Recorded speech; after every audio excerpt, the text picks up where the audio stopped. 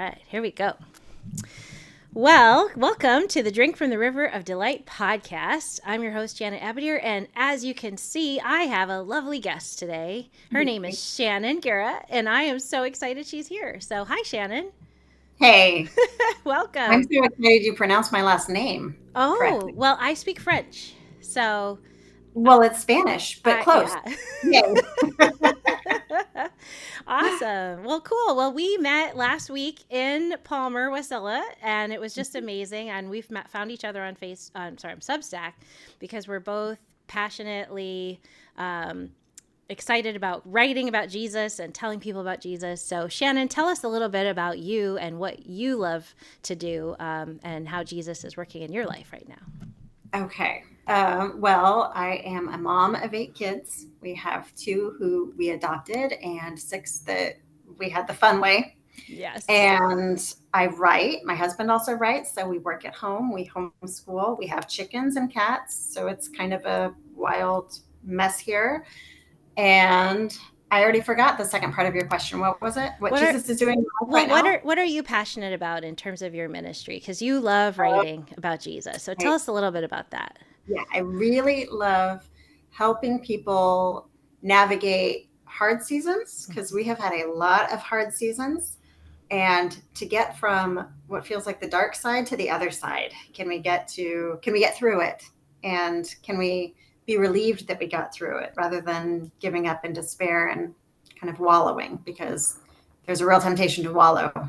And sometimes that lasts for a really long season, and life is just really hard sometimes. Mm. So I love walking with people right there where it's hard, into wholeness, into restoration, and at the same time recognizing that that's not a happy, churchy, Yeah. clean cut. There's no formula for it. We Yeah. are very raw and authentic, and we deal with the real stuff. So we don't fake it and put on the happy church face and pretend like, oh, this is just going to be, 5-step process.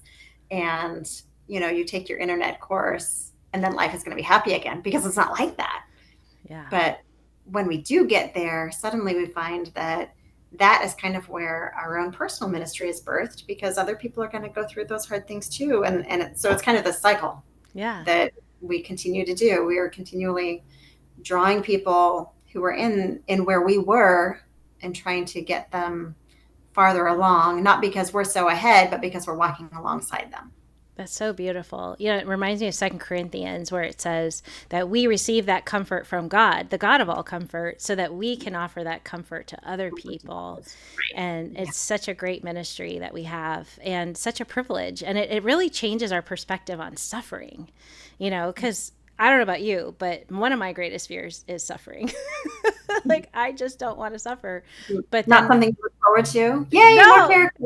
no, Right. no, thank you. I know. Yeah, that feels pretty good. Yeah. But yet God actually, that's how he works. And I was just reading Psalm 119, where it says, I am so glad I was afflicted, because then I sought after your ways. So we can see that positive side of suffering. So tell us about one time when you felt like you were in the pit, and how God brought you out of that pit. Okay. Well, I wrote a whole book on it. My Oh, book is nice. called Risky Ocean. It was when we adopted, and the train is going by right now. So you're Yeah. just going to hear it's going to go in about 30 seconds and it'll fade. Um, Don't they know that we're doing a podcast? I know, right? All we need is some emergency vehicles to go by on the highway. That would be perfect. So we adopted 2 kids at the same time from a foreign country. They were older, which in adoption, older means they were already 6. So, brain stuff had already been formed and in a lot of ways misformed. There was a lot of trauma that they came out of. And no matter how prepared you can think you are through the adoption process, nothing can prepare you for that. Yeah. And we went through probably like 3 to 5 years, really, really hard season, just family imploding, everything kind of going wrong, while also trying to navigate all the really, really difficult behaviors that our kids were having as they adjusted to what a real family is, which they had never experienced before. And dealing with all of the attachment difficulties with that. So I was massively depressed, and it took me a long time to even recognize the word depression in my life. Um, and it took probably, it was a good 5 years before I was really starting to navigate out of that, and find that parenting could be fun again. My role as a mom wasn't over just because suddenly everything was so hard and I felt like a failure because we had adopted these two kids and nothing was working. And um, it was just so hard. So, yeah, it was a dark season.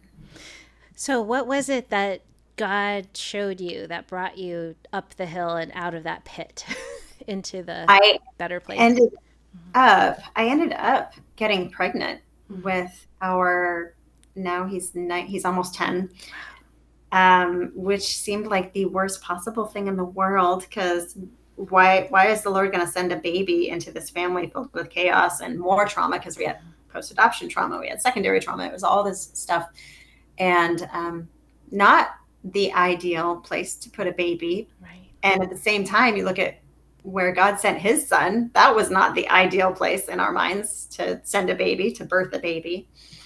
And that forced me to not only reconsider some dark thoughts I was having about changing direction and just stopping this train altogether, but once he was born, it was like we had joy again, because I could see that motherhood was fun again, because he was a healthy baby. He did the things that babies should do. He Wow. loved and he snuggled and he attached and he smiled and I smiled back. And oh my gosh, it was just like, and I remembered, even though we had already had 4 kids biologically before they were all older, I was able to remember that I was a good mom and the Lord made me for this. And it wasn't so much about like, um, about me needing to fix a child or rescue a child. It wasn't any of those things.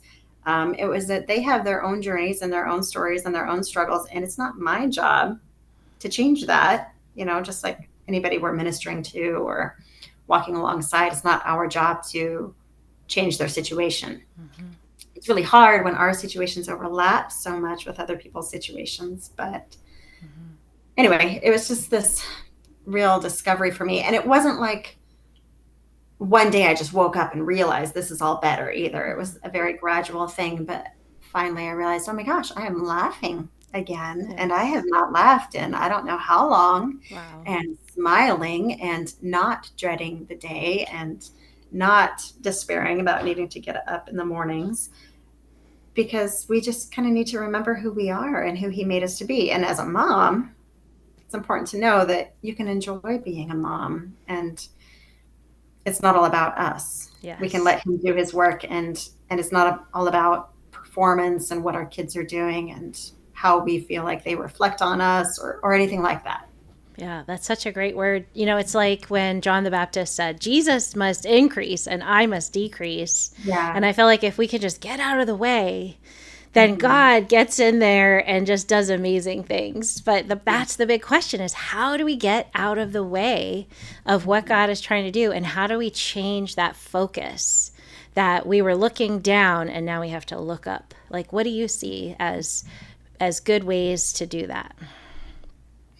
Um, Being in the Word really helps, Yeah. because we have a lot of these preconceived ideas or sort of churchy ideas that when we do things just right, things work out according to that formula. Yeah. And the Bible tells us otherwise. It's not really like that.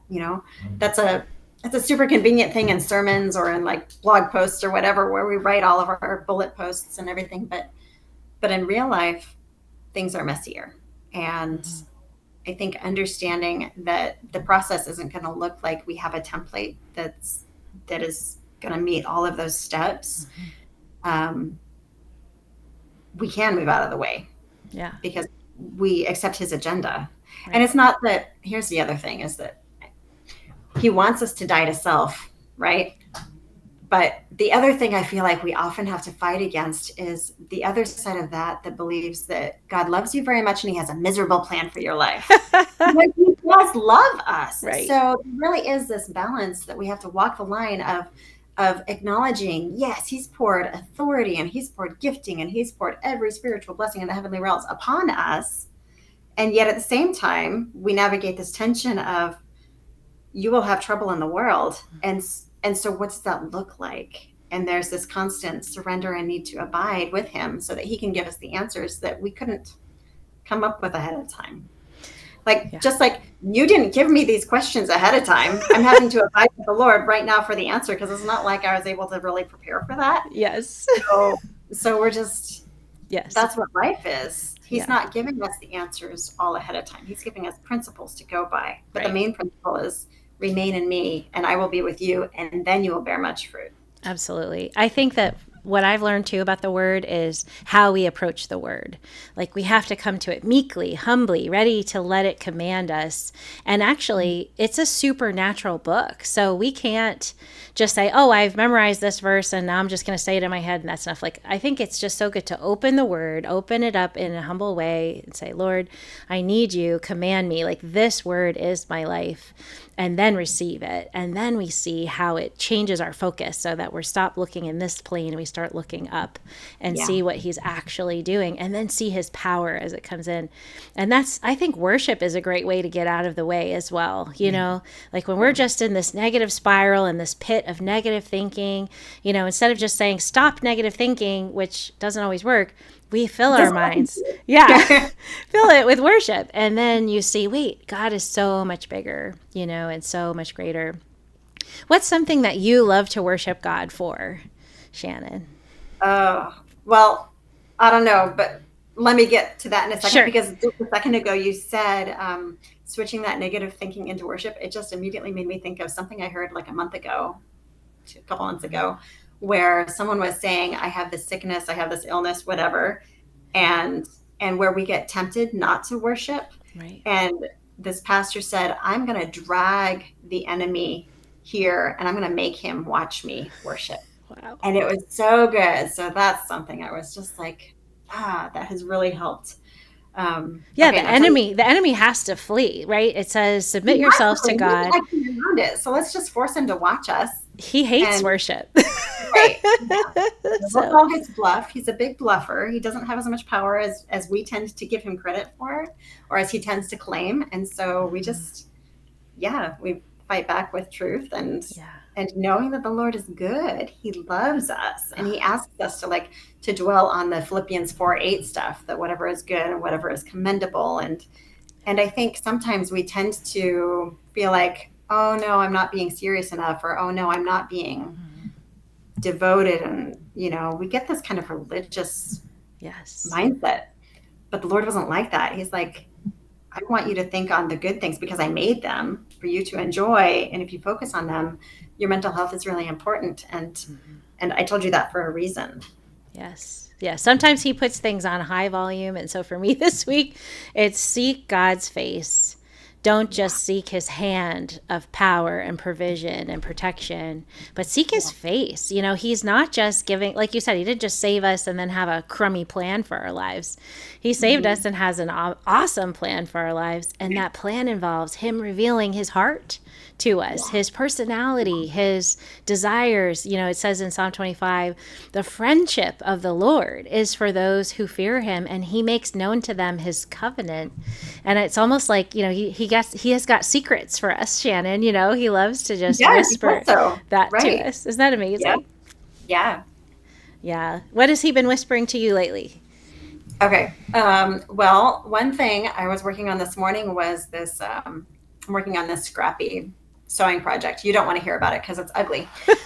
But the thing is it's ugly because I'm trying it for the first time. It's something I've never done before. And honestly, I was getting ready to do this and I had all these fabrics laid out. And this is probably something I'm going to write about in a few weeks, but I had all these fabrics laid out and I'm literally just using scraps.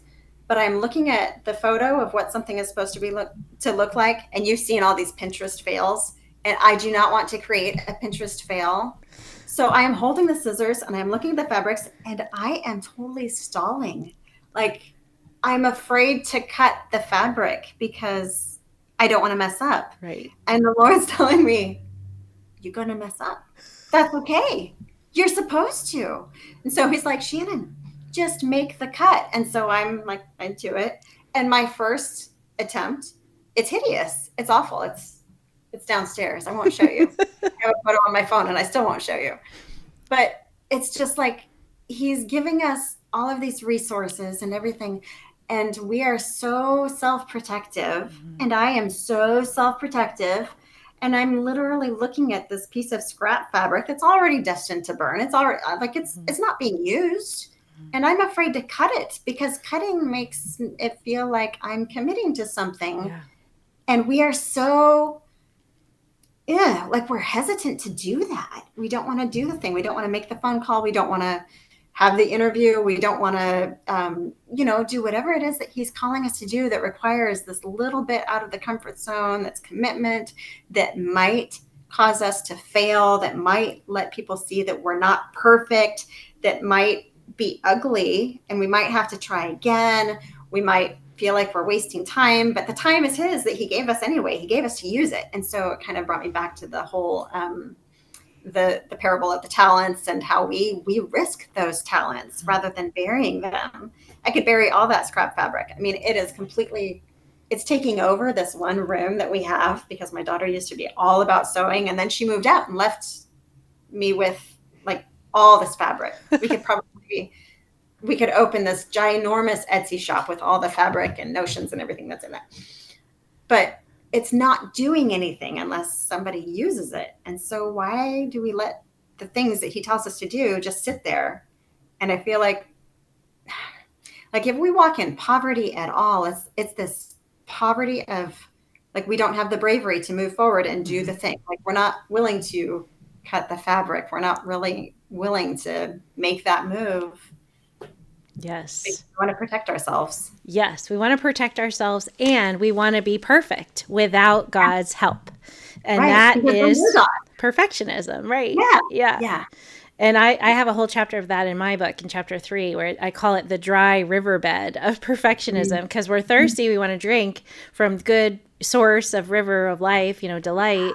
But perfectionism is dry. There's really nothing it offers us, but it looks so appealing because it's like independence, self-sufficiency, and I can do it myself. But then what a freedom comes from knowing that when we mess up, God's redemption is so big and so great that he actually redeems our mess ups and makes them something beautiful in the end. So we could just jump off that cliff in faith, knowing that he's going to catch us, and make it beautiful in the end. So, and we like to have a pattern to follow rather than having to be creative and abide and listen to him, because if we have a pattern that we can follow and it doesn't turn out right, we can blame the pattern or the recipe or whatever, rather than taking responsibility for just not being perfect ourselves. So he just really wants us to cling to him and let him kind of lead us in that, whatever that wild thing is that is, it's unmarked territory. He just wants to lead us in that new creative thing. It's so beautiful. Well, also in just knowing that, like we said earlier, right? He must increase, we must decrease. So admitting our perfectionism, repenting, dying to that gives him space to come in and work and make something beautiful that we could have never made ourselves. And then all the glory goes to him. And he brings us into that. Like, I love John 5:44, where Jesus says, how can you believe when you receive glory from one another and you don't seek the glory that comes from the only God? Right? And so we're commanded to seek God's glory. And that comes as we die to ourselves and then allow him to come on in and do these amazing things in us, which just makes his heart happy. Like, can you imagine, Shannon? We can make God happy. Like, we please God. You wrote about that when you talked about Zephaniah 3, right? Where you said, what makes God shout and sing for joy? Talk about that. I love that line. Oh, talk about that. You should have told me ahead of time so I could have read it. You think you write better than you talk? Well, I'm trying to remember the post. The post was from 3 or 4 years ago. I think what I was talking about and then was when we were talking about our kids and when they do something, we shout for joy over Yes. them. I mean, Yes. that's what we're excited by. We want to see them do well. And the Lord is like that over us. He shouts for joy over us. Mhm. And that's just mind blowing when we didn't grow up realizing that, like, we know that the Lord loves us because he's supposed to, because he's God. Yeah. But like he loves us. Yeah. He likes us. Yeah. Likes hanging out with us. And he's proud of us when we do the right things. And one thing that one of our pastors says often is that the Lord is never, what is it? The Lord is never disappointed in you. He's always either pleased or displeased. But even in his displeasure, when we do something that displeases him, his displeasure is drawing us back to him, back into alignment with him. So Yeah. it's been a long journey of learning that God is powerful and wild and like warm. Yeah. Warm, I think, is something that I never really understood growing up. Gentle and kind.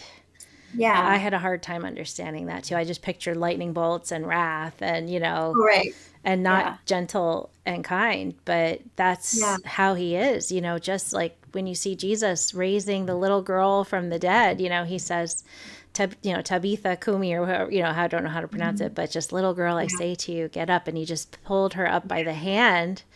Like, what a Right. beautiful picture of just the kindness and gentleness. I mean, she woke up and she wasn't afraid. Like, oh, here's this nice guy telling me to get up. Yeah. So, and remember, we were hanging out last week and I mentioned that story, and then you got a little word for me from the Lord, which was so cool, right? Yeah. Because Jesus then said, give her something to eat, right? That Right. was what he said She's next. had a big day. She's had a Yep. big day. Give And her the Lord something to gave eat. you a big day. Yes, thank Good, you. and it's not to be dreaded. Not Yep. to be dreaded. That's something we were talking about because for me, my perfectionism led me to fear failure more than anything else. And then that would cause me to have dread every single morning because I felt like I wasn't going to win. Like I wasn't going to be perfect. I was going to fail in some way. And then I was going to have massive, horrible consequences. Like that was all I could see as my Yeah. day. Because surgeries like that, like you'll do a great surgery, everything will go smooth, and then someone could still have problems, or complications, or you run into things during the surgery that are difficult. Like there's never a cut and dry like, oh, this was just so easy. The Yeah. minute you think that, it's all gonna blow up in your face. And so I got that sense of dread just thrown on me, and it's just starting to come off lately, and just feeling that God's Right. raising me up out of that dead state that I was in and giving me life and feeding me from his word and feeding me with friends like you and just people to minister into me. And so I hope that encourages the people listening, like, hey, if you're in a hard season and God seems far away, or you just can't imagine he's doing something good right now, don't give up, and just keep on going back to the word and go humbly and expectantly because he loves you and he wants to feed you and he has good things for you. Because if he gave you Jesus, why would he hold back any other thing? We Well, sorry to cut off that wonderful interview we did, but you're going to hear the next half of it next Monday, and it gets really good. But this week was great as well. I think Shannon is just such an amazing example of someone who's learned to navigate the difficult seasons and then to use that knowledge to bring others along with her and to show them that it can be done by the power of Jesus. Nothing is impossible for God. So if you're in a difficult season, be sure to listen in next week as well and hear more about this process that we're talking about, which starts off by a mental shift, and you see your situation differently when you bring it to the Lord in prayer, when you're in the Word, and then you worship. Also, fellowship, as you heard me and Shannon fellowshipping, we were able to encourage each other. To give up our perfectionism, to allow God to do amazing things with our lives because he is faithful and trustworthy. So I'm just going to read you this passage from Mark about Jesus healing Jairus' daughter, because that's what we were just referring to. So this is Mark 5:35. While he was still speaking, there came from the ruler's house some who said, "Your daughter is dead. Why trouble the teacher any further?" But overhearing what they said, Jesus said to the ruler of the synagogue, "Do not fear, only believe." And he allowed no one to follow him except Peter, James, and John, the brother of James. They came to the house of the ruler of the synagogue, and Jesus saw a commotion, people weeping and wailing loudly. And when he had entered, he said to them, "Why are you making a commotion and weeping? The child is not dead, but sleeping." And they laughed at him. But he put them all outside and took the child's father and mother and those who were with him and went in where the child was. Taking her by the hand, he said to her, "Talitha kumi," which means, "Little girl, I say to you, arise." And immediately the girl got up and began walking, for she was 12 years of age.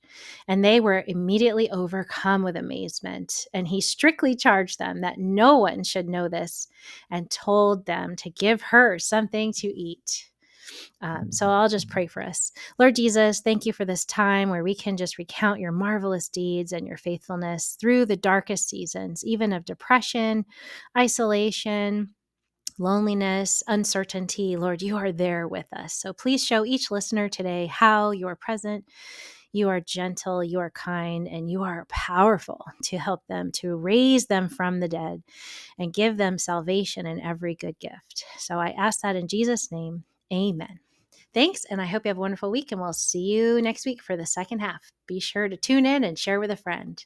Thanks so much.